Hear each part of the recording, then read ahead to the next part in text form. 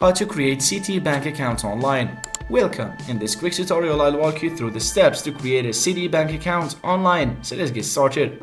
Open your browser and type citibank.com to visit the official Citibank homepage. Once you're on the homepage, look for the Open an Account button. Click on it to begin the account creation process. You'll be prompted to select which type of account you'd like to open, so checking, savings, or a specialized account. Choose the one that best suits your needs. Now, fill out your personal information including name, address, email, phone number, and maybe the social security number, and this will help Citibank verify your identity.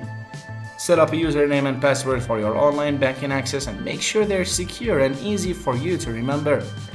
Citibank may require you to make an initial deposit, so link an existing bank account or use a debit card to fund your new account.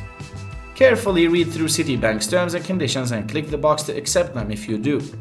And once you've entered all the required information and agreed to the terms, click Submit to complete the process. After your application is approved, you'll receive a confirmation email and your Citibank account will be ready for use. And that's how you create a Citi bank account online. So if you found this video helpful, give us a like, subscribe for more tutorials, and check out the other videos on our channel. Thanks for watching.